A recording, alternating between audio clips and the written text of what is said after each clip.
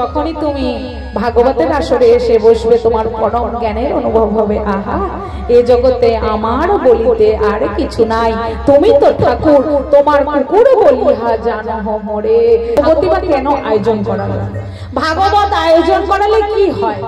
প্রথম শুনবো ভাগবত। ভ কথার অর্থ ভক্তি, গ কথার অর্থ জ্ঞান, ব কথার অর্থ বৈরাগ্য, ত কথার অর্থ হলো ত্যাগ। তো ভাগবত কথা যেখানে আয়োজিত হয় সেখানে সমস্ত তীর্থের বাস হয়। গঙ্গা, যমুনা, সরস্বতী, নর্মদা, সিন্ধু, কাবেরী আদি সমস্ত পবিত্র তীর্থ এসে উপস্থিত হয় যেখানে ভাগবত কথা পরিবেশিত হয়। যেখানে ভাগবত কথার আয়োজন করা হয় সেই আয়োজিত স্থলে স্বয়ং ভক্তি মহারানী জ্ঞান বৈরাগ্যের সঙ্গে সতত নৃত্য করতে থাকে। যেখানে ভাগবত কথার আয়োজন করা হয় সেখানে সমস্ত দেবদেবীরা এসে উপবেশন করে।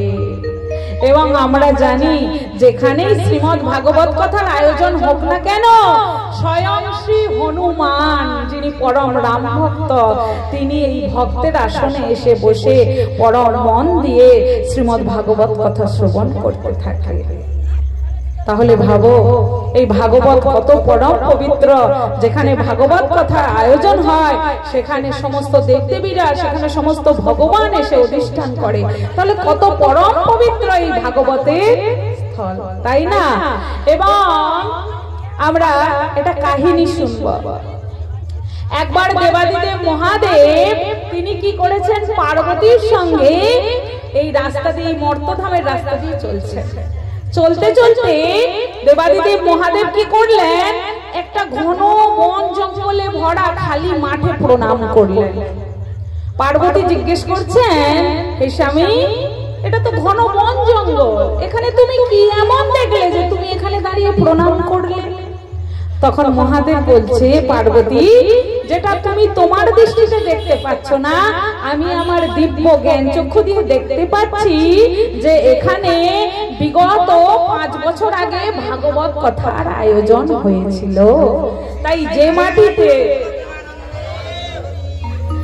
যে মাটিতে ভাগবত কথার আয়োজন হয়ে যায় সে মাটি নৈমিষারণ্যের মতো পবিত্র মাটি হয়ে যায়। সেই মাটিকে দর্শন করা মাত্রই প্রণাম করা উচিত। আবার খানিকটা দূর গেল, গিয়ে দেখছে একটা মাঠে শুধু জল আর জল, জলে ভরা। আবার মহাদেব কি করলেন, সেখানে গিয়ে প্রণাম করলেন। পার্বতী জিজ্ঞেস করছে, হে স্বামী, এখানে কি আছে? এখানে তো শুধু জল, জল আর জল, এখানে এসে তুমি কেন প্রণাম করলে? বলছে, ওগো পার্বতী, আমি আমার দিব্য দৃষ্টি দিয়ে দেখতে পাচ্ছি যে আগামী 5 বছরের মধ্যে এখানে সপ্তম দিবসীয় ভাগবত পাঠের আয়োজন হবে। যে ভাগবত কথা শ্রবণ করে প্রেত পর্যন্ত উদ্ধার হয়ে যায়, যে ভাগবত কথা শ্রবণ করার জন্য স্বয়ং ভগবান সেই বৈকুণ্ঠ ধাম থেকে নেমে এসে ভাগবত কথা শ্রবণ করে, যে ভাগবত কথা শ্রবণ করার জন্য জ্ঞান ভক্তি বৈরাগ্য এসে নিত্য করে, যে ভাগবত কথা শোনার জন্য সমস্ত দেবদেবীরা মর্তধামে নেমে আসে, যে ভাগবত কথা শ্রবণ করার জন্য সমস্ত তীর্থরা এসে উপস্থিত হয়, সেই মাটি হলো প্রণাম যোগ্য। তাই এই মাটিকে আমি বারংবার প্রণাম করি। তাহলে ভাবো কত পবিত্র মাটি, যে মাটিতে শ্রীমদ্ ভাগবতের আয়োজন করা হয়।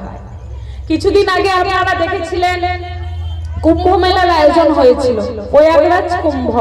কত রিল, কত কিছু ভাইরাল হয়ে গেল। কেন না 144 বছর পর এসেছিল ওই কুম্ভ। সবাই ভাবছিল এবং শুনেও ছিল যে যদি কেউ একবার এই ত্রিবেণী সঙ্গমে অবগমন করতে পারে তার আর কোনোদিন মনুষ্য জন্ম নিতে হবে না, সে মুক্তি লাভ করে যাবে। তাই তো?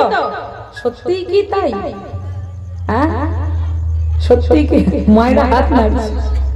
শাস্ত্র তো বুঝতে হবে না। এই যে কয়েকজন পুণ্যার্থী গিয়ে প্রাণ হারালো, কয়েকজন নয়, বেশ কয়েকজন, যদিও সেটা খুলাসা করা হয় নাই, বেশ কয়েকজন। ও মা, আমি নিজে গিয়েছিলাম, গিয়ে দেখেছি মানুষ স্নান কি করবে, স্নান করার আগে বড় দাদা ভাই বোন যাই যাক না কেন হাতে আগে ফোনটা ধরিয়ে দিচ্ছে, যাকে দেখ আগে ছবিটা তোল, আমি কুম্ভে স্নান করছি, ফেসবুকে দিতে হবে তো যে আমি কুম্ভে গিয়েছিলাম স্নান। মানে ভক্তির থেকে দেখানো বেশি যে আমি কুম্ভে এসেছিলাম। ভাবো তো ভক্তি কোথায়? ভক্তি না হলে ভগবানকে পাওয়া যায়? বিগত দিনেই বলেছি ভগবান টাকা পয়সা গয়না গাটি কিছুতে সন্তুষ্ট হয় না, 56 ভোগে সন্তুষ্ট হয় না, শুধু ভগবানকে অনন্য ভক্তি দিয়েই লাভ করা যায়। তাহলে আমি যে স্নান করছি আমার ভক্তিটা আছে কোথায় যে আমরা মুক্তি লাভ করব? এবার কথা ছাড়ো, আমাদের বাংলা থেকে অনেক লোক গিয়েছিল, বাংলা আমাদের পশ্চিমবঙ্গ থেকে অনেক লোক স্নান করতে গিয়েছিল। যারা স্নান করেছে, স্নান করার পর ফিরে আসার পর বাড়িতে আর আমিষ আহার করেনি তো? হ্যাঁ, সবাই কি ভক্তরাই স্নান করেছে? বাড়িতে এসে আর মাছ মাংস খায়নি তো? না, ভাত তো ধারণা। প্রত্যেকদিন নবদ্বীপের গঙ্গায় গিয়ে কত আমাদের বাংলাভাষী স্নান করছে। যতদিন মায়াপুর নবদ্বীপে থাকবো 2-3 দিন নিরামিষ খাবো, বাড়িতে এসে আবার সেই অখাদ্য কুখাদ্য খাবো। তাহলে তারা কি মুক্তি পাবে? গঙ্গার রস হইলে পশ্চাতে পাবন, দর্শনে পবিত্র করো এই তোমার গুণ। বলছে গঙ্গায় ডুব দিলে পাপ যে তোমার ধৌত হবে এতে কোনো নিশ্চয়তা নেই। হ্যাঁ, এই অঙ্গের ময়লা পরিষ্কার হবে, কিন্তু এই মনে যে কাম ক্রোধ লোভ মদ মোহ মাৎসর্যের নোংরাটা জমিয়ে রেখেছ, সত্য গঙ্গা স্নানেও তা ধৌত হবে না। যদি সেটা ধৌত করতে চাও একমাত্র হরি নাম, একাদশী এবং সাধু গুরু বৈষ্ণবের সেবা দিয়েই ধৌত করতে পারবে, এতে কোনো সন্দেহ নাই। যারা নবদ্বীপবাসী তারা তো প্রত্যেক দিনই গঙ্গা স্নান করছে, যাদের পাশে পাশে গঙ্গা আছে তারা প্রত্যেক দিনই গঙ্গা স্নান করছে, তাহলে কি তাদের মুক্তি হয়ে গেল? না। যেদিন গঙ্গায় নেমে গঙ্গায় স্নান করার আগে মা গঙ্গার কাছে প্রতিজ্ঞা করবে, হে মা, এতদিন আমার জানতে অজান্তে আমি অনেক মহাপাপ করেছি, কিন্তু আজ তোমার পক্ষে দাঁড়িয়ে আমি প্রতিজ্ঞা করলাম আমার জ্ঞান তো আজ থেকে আমি কোনো পাপ আর করব না। সেই পাপী একমাত্র ধৌত হবে, না হলে যতই ত্রিবেণী সঙ্গমে অবগাহন করো, যতই গঙ্গায় অবগাহন করো না কেন, মুক্তি হবে না, হবে না, হবে না। তাই বাড়িতে বসেও ওই ত্রিবেণী সঙ্গমে অবগাহন করা যায়। কেমন করে? ওখানে আমরা দেখেছি 3টে সঙ্গম, কি?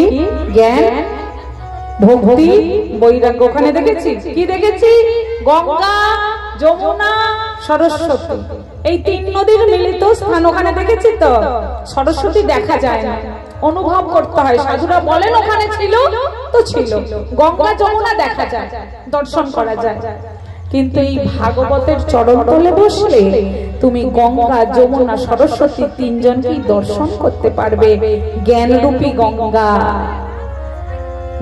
জ্ঞানরূপী সরস্বতী, আর ত্যাগরূপী গঙ্গা, আর ভক্তিরূপী যমুনা।